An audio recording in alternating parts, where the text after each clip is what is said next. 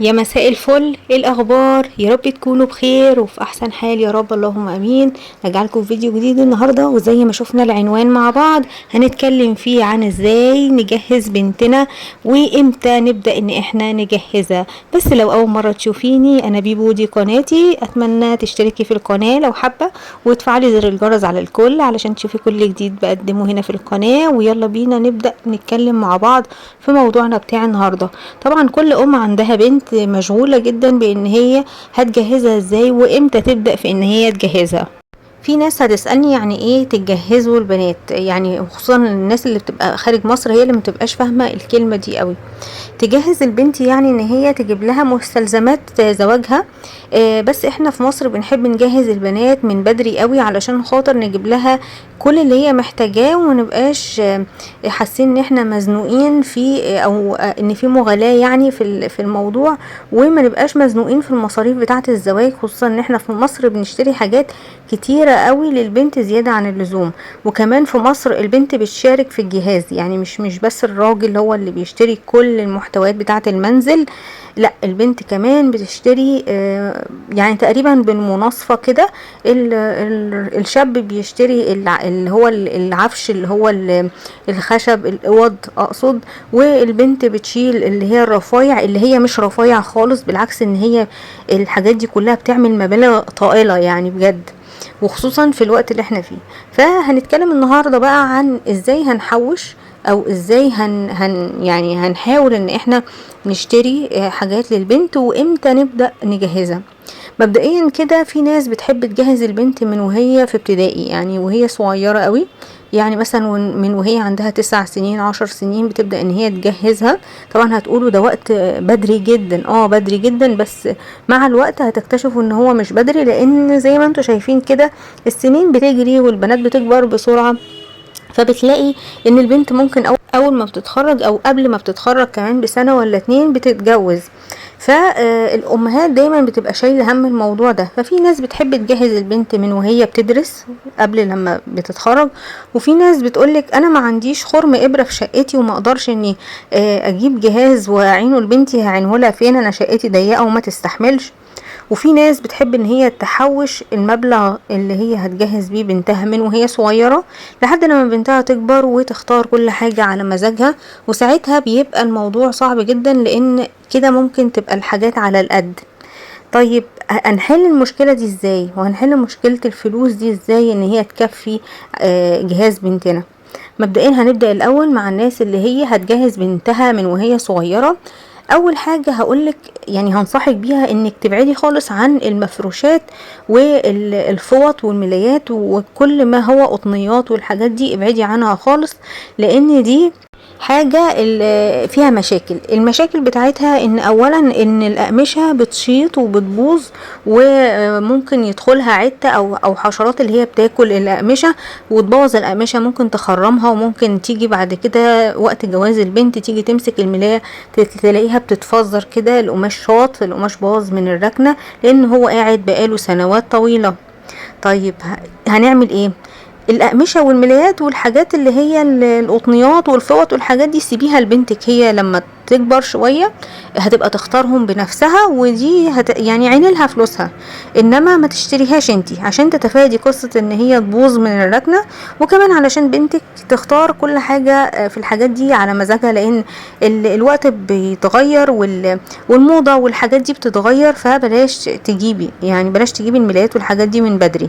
طيب هبدأ في ايه؟ هتبدأي في حاجات المطبخ، وحاجات المطبخ بصراحة ملهاش حصر، يعني هاتي على مزاجك حاجات المطبخ، وابعدي برضو عن البلاستيكات، لان عن تجربة فعلا البلاستيكات مع الوقت بتيجي تستعمليها بتلاقي البلاستيكات بتتكسر بسرعة جدا. فابعدي برضو عن البلاستيكات. وغير كده كمان ان هي بتاخد مساحة، يعني البلاستيكات بتاخد مساحة كبيرة، بتبقى محتاجة اماكن فاضية كبيرة، فبرضو ابعدي عن البلاستيكات. طب هنجيب ايه يا ستي؟ دوختينا. هنجيب الحاجات اللي هي في المطبخ، يعني مثلا عايزة تجيبي خلاط، او عايزة تجيبي مثلا كبة او محضر طعام ماركات كويسة ومحترمة كده ونظيفة. هتشتري الحاجات على روقان، يعني انك انت كل لما يبقى معاكي مبلغ محوشاه تروحي تشتري لبنتك بقى حاجه من الحاجات دي. انما لما تبقي عايزه تشتري حاجات كتير في وقت واحد هتحسي انك انتي مش معاكي المبلغ، وممكن تسترخصي تقولي لا انا هجيب خلاط بقى على القد كده صغير ورخيص، هجيب كبه صغيره، مش هعرف اشتري محضر طعام، يعني فهماني؟ فعشان كده بقولك اشتري كل حاجه كده على روقان. كل لما يبقى معاكي مبلغ محوشاه انزلي هاتي الصواني بقى اللي هي القوارب اللي هي المستطيله والمدوره، والحاجات البايركس. عايزه تجيبي مثلا طقم عشا شكله شيك وحلو وما يبقاش يعني ايه، تحسي ان هو ممكن موضته تقدم، يعني تحسي ان هو ساده شويه، الوانه هاديه وحلوه. ممكن تجيبي طقم حلل بقى استانلس يكون نوعية نظيفة. انا من وجهة نظري كفاية طقم حلل استانلس ومعاه طقم حلل تيفال، ما تجيبيش اي انواع تانية. ولو بقى الدنيا معاكي حلوة ومرتاحة ماديا ممكن تجيبي طقم جرانيت تركي يكون نوعية نظيفة بس كده. لان انا بصراحة بشوف مهازل في موضوع جهاز البنات، بيجيبوا من كل نوع طقم، يعني مثلا ممكن اشوف 5-6 اطقم حلل بس. طب في صواني، في طاسات، في حاجات كتيرة قوي قوي ليها يعني استخدامات تانية. طيب ما نوزع المبالغ الطائلة دي على حاجات يعني مختلفة ومتنوعة. ممكن تجيبي بقى المعالق الفرداني، ممكن تجيبي الشوك والسكاكين، اطقم السكاكين، ممكن تجيبي طقم كنك، ممكن تجيبي طقم توزيع. يعني الحاجات اللي هي مفيش عليها جدال، مش هتبطل يعني، وكده كده هتستعمل. ما تروحيش تجيبي حاجات بقى يعني يعني مثلا طقم الصيني ده صعب انك انت تجيبيه، لان بصراحة كل شوية طقم يطلع، طقم مستطيل، طقم بيضاوي، طقم مدور، طقم مربع، فبتلاقي كل شوية فيها موضة. ففي حاجات تقدري انك انت تجيبيها وانت مطمنة وما تبقيش قلقانة، وفي حاجات بتجيبيها وانت عارفة ان هي هتبطل وهتضطري انك انت تجيبي بعد كده لبنتك، لان هي ممكن تيجي تقولك ايه يا ماما اللي انت جايبهولي ده انا بصراحة مش عاجبني، وخدي بقى انت كل الحاجات دي عشان انا هشتري على مزاجي. ساعتها هتقولي لها ايه؟ فمش هتعرفي انك انت تقولي لها حاجة. يعني حاولي انك انت تجيبي لها اجهزه كهربائيه اللي هي ممكن تستعملها، مفيش خلاف عليها، مفيش جدال عليها. حاولي انك انت ضروري جدا جدا يعني حطي في دماغك ما تجيبيش كيتشن ماشين كامله. ليه بقى؟ لان الموتور بتاعها لو باظ الكيتشن ماشين كلها بتبوظ، مش هتعرفي تشتغلي بالكبه بتاعتها ولا بالخلاط بتاعتها. هاتيلها مثلا مضرب كهرباء اللي هو المضرب العادي بتاع البيض اللي هو بيتعمل بالكيكات والعجائن الخفيفه. ممكن تجيبي لها عجان مثلا يكون حلو والساعه بتاعته حلوه وتكون الماركه بتاعتها حلوه. ممكن تجيبي اللي هو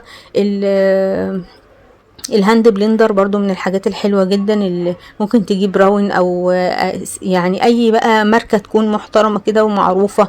يعني هتقدري انك انتي تلمي لها شوية حاجات هتعمل معاكي مبالغ جامدة، بس في نفس الوقت هتبقي شلتي حاجات من فوق دماغك كده وريحتي نفسك منها. في ناس ما بتبقاش كمان معاها فلوس مبالغ اللي هي تقدر تجيب جهاز مثلا معين عايزة تشتريه لبنتها، فبتقدري انك انتي تحطي مبلغ الشهر ده على مبلغ الشهر الجاي وتجيبي لها.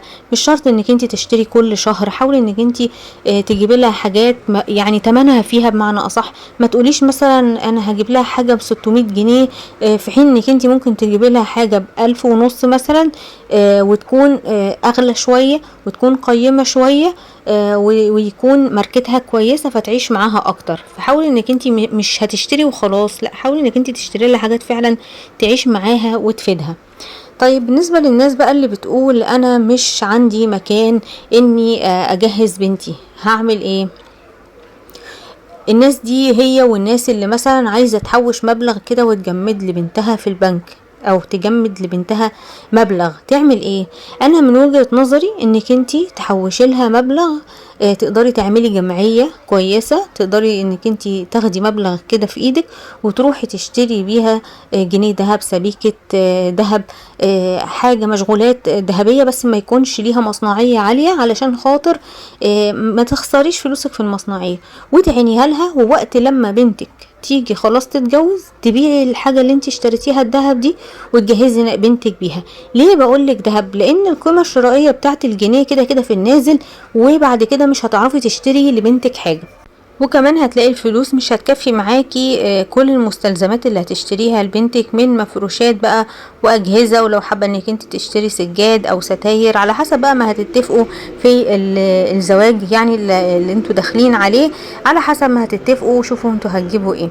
طيب ايه يعني ده حل انك انت تشتري حاجة دهب. طيب في ناس تانية اللي ما بتقدرش ان هي تحوش مبلغ كبير علشان تجهز بنتها بيها، تقدري هنا في الحالة دي انك تشتري حاجة بنتك بالتقسيط، تدفعي كل شهر حاجة وكأنك داخلة جمعية. هتقولي لي يا ستي ما هو التقسيط برضو عليه فوائد، ما هو حتى لو عليه فوائد مش هيبقى زي تمن الحاجة اللي هتجيبيها لما بنتك تتخرج. انتي هتبقي كسبانة انك انتي جبتي حاجة بنتك، مثلا لو هتقسطي على 3 سنين، على سنتين، على 4 سنين، على حسب طبعا الحاجة اللي انتي هتجيبيها. فكل الحاجات دي انتي بتشيليها من على قلبك، انتي اللي هتبقي تعبانة فيها انتي وباباها طبعا يعني.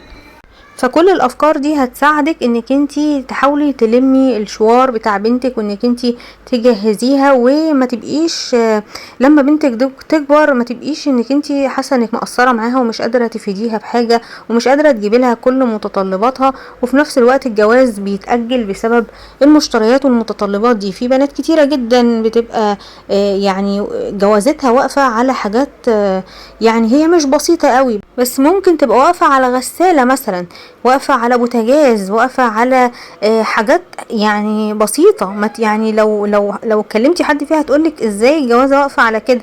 فانا بصراحة مع فكرة انك تجهزي بنتك بدري عادي جدا يعني، او انك انتي تحوشي لها مبلغ في قطع ذهبية. لو انت مثلا تقدري تعملي جمعية وتشتري حاجة ذهب بمبلغ كويس وتعينيه لها لحد لما تكبر، وكل لما يبقى معاكي مبلغ تاني تشتري قطعة ذهب تاني وتحوشي لحد لما بنتك تتخرج او يجي وقت زواجها وتكون اتخطبت يعني وخلاص.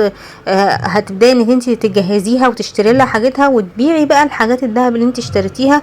وزي ما اتفقنا حاولي ان هي ما تبقاش حاجات ليها سعر عالي في المصنعية، حاولي تشتريها يعني مثلا جنيه ذهب او سبيكة ذهب، الحاجات اللي هي هتنفعك فعلا. بس كده اتمنى تكون الفيديو النهارده عجبك ويساعدك بافكار كده انك انت يعني حاولي انك انت تشغلي دماغك، يعني ما تعطليش نفسك على حاجه وتساعدي ولادك. او لو انت مثلا ما عندكيش بنات وعندك ولد او ولدين على حسب، طبعا هتحتاجي انك انت تساعديهم بمبلغ مالي برضو نفس الفكره. حوشي الفلوس بتاعتك في قطع ذهبيه او جنيهات ذهب، وساعه لما ولادك يجوا يتجوزوا تساعديهم كده، وده هيبقى افضل حل للتجهيز ولادنا ومساعدتهم في الزواج. بس كده اتمنى يكون الافكار عجبتكم بتاعت النهارده. متنسيش لايك للفيديو واشتراك في القناه لو ما كنتيش مشتركه، والسلام عليكم.